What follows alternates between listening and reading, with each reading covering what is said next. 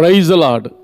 ஆண்டவரும் அருமை இரட்சகருமாகிய இயேசு கிறிஸ்துவின் நாமத்தில் நான் உங்களை வாழ்த்துகிறேன். மறுபடியுமாக கர்த்தருடைய பரிசுத்தமுள்ள சன்னிதானத்திலிருந்து கர்த்தருடைய பரிசுத்தமான வார்த்தைகள் மூலமாய் உங்களை சந்திப்பது மிகுந்த மகிழ்ச்சி.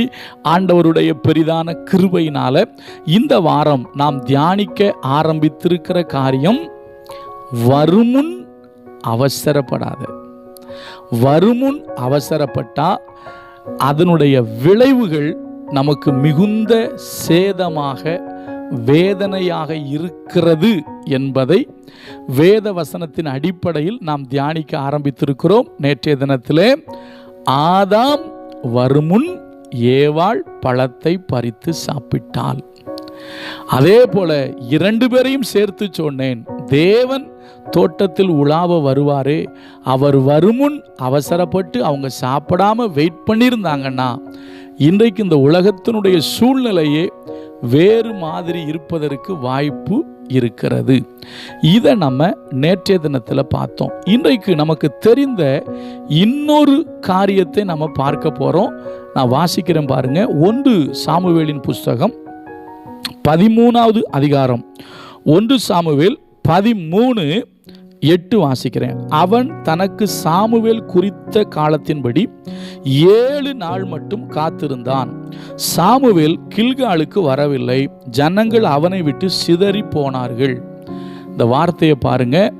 அதாவது சவுலை ராஜாவாக அபிஷேகம் பண்ணின அந்த நாளிலேயே சாமுவேல் சொல்லுவார், நான் உங்ககிட்ட கில்காலுக்கு வருவேன், நான் வர்ற வரைக்கும் நீ என்ன செய்யணும்னா எனக்கு 7 நாள் காத்திருக்கணும் அப்படிம்பாரு.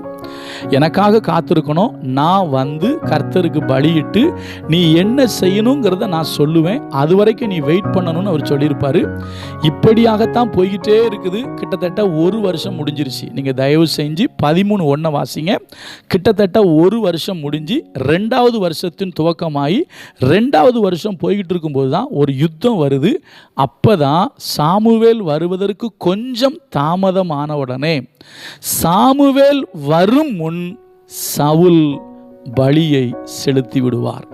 அவர் பலி செலுத்தி முடிக்கிற அந்த நேரத்தில் அங்கே யார் வருவா அப்படின்னா சாமுவேல் வந்து விடுவார். நல்லா கவனிங்க.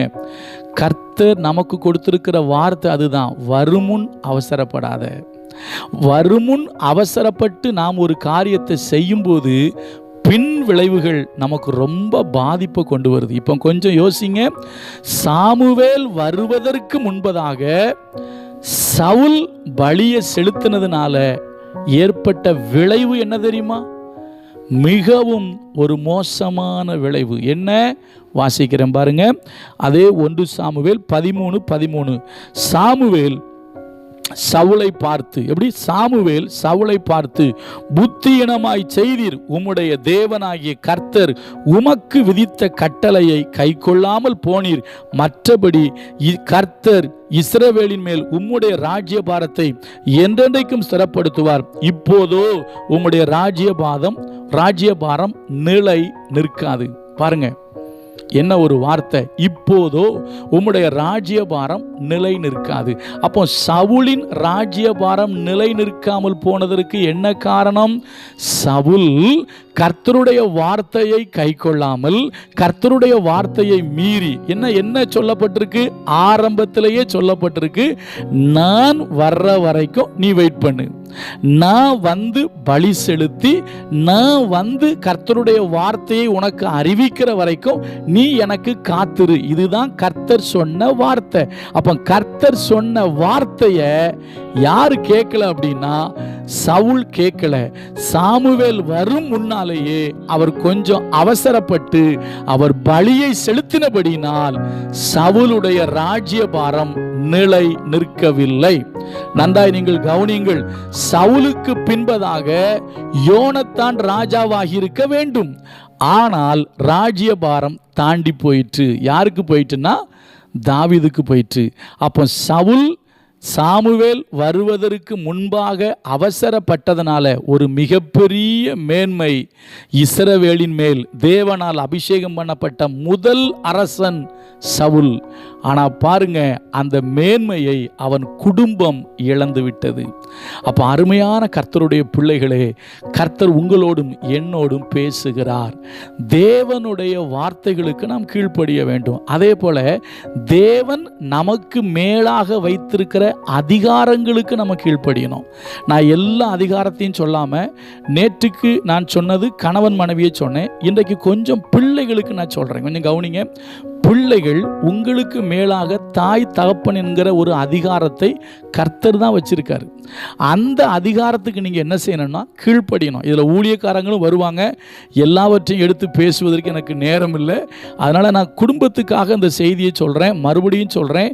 பிள்ளைகள், உங்களுக்கு மேலாக இருக்கிற உங்கள் பெற்றோருக்கு கீழ்ப்படியுங்கள். வசனம் சொல்லுது, பிள்ளைகளே உங்கள் பெற்றோருக்கு கீழ்ப்படியுங்கள், இது நியாயம்னு வேதம் சொல்லுது.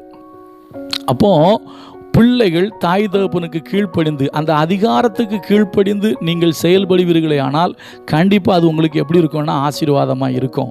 நான் நேற்று சொன்னதை இப்போ பிள்ளைகளுக்காக சொல்கிறேன். என்ன தெரியுமா சொல்கிறேன்? தேவ பிள்ளைகளே, ஒருவேளை உங்களுடைய வாழ்க்கையில் உங்கள் தாய் தகப்பன்மார் உங்கள் கூட இல்லாத சூழ்நிலையில் நீங்கள் சொல்லுங்கள், அப்பா வரட்டும், அம்மா வரட்டும், எனக்கு மேலே இருக்கிற பெரியவங்க வரட்டும், அவங்கக்கிட்ட பேசிட்டு அப்புறம் நம்ம ஒரு முடிவெடுக்கலாம் அப்படின்னு சொல்லணுமே தவிர, நம்மளாக அவசரப்பட்டு முடிவெடுத்தோன்னா அது நமக்கு ஆசீர்வாதமாக இருக்காது.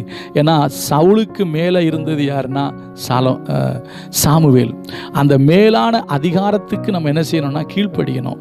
இது நிறைய விஷயங்களை பேசலாம், ஆனால் நான் ஒன்றை மட்டும் சொல்கிறேன், குடும்பத்தை பற்றி தான் பேசிக்கிட்டு இருக்கிறேன். அருமையான தேவ பிள்ளைகளே, நேற்று பார்த்தோம் கணவன் மனைவியை பற்றி பார்த்தோம். இன்னைக்கு சொல்கிறேன், பிள்ளைகள் தயவு செய்து தாய் தகப்பனுக்கு கீழ்ப்படிங்க. எந்த விஷயத்துலையும் சொல்லுங்கள், அப்பா வரட்டும், அம்மா வரட்டும், அதுக்கப்புறம் என் முடிவை சொல்கிறேன், அதுக்கப்புறம் நான் பேசுகிறேன், அதுக்கப்புறம் நான் ஏதாவது சொல்கிறேன் அப்படின்னு சொல்லி தாய் தகப்பனை கனம் பண்ணி மேலான அதிகாரம் உள்ளவர்களுக்கு கீழ்ப்படிந்திருந்தீங்கன்னா கண்டிப்பாக உங்கள் வாழ்க்கை ஆசீர்வாதமாக இருக்கும். கர்த்தர் நல்லவர், அவர் கிருபை நம்மேல் என்றும் உள்ளது. God bless you.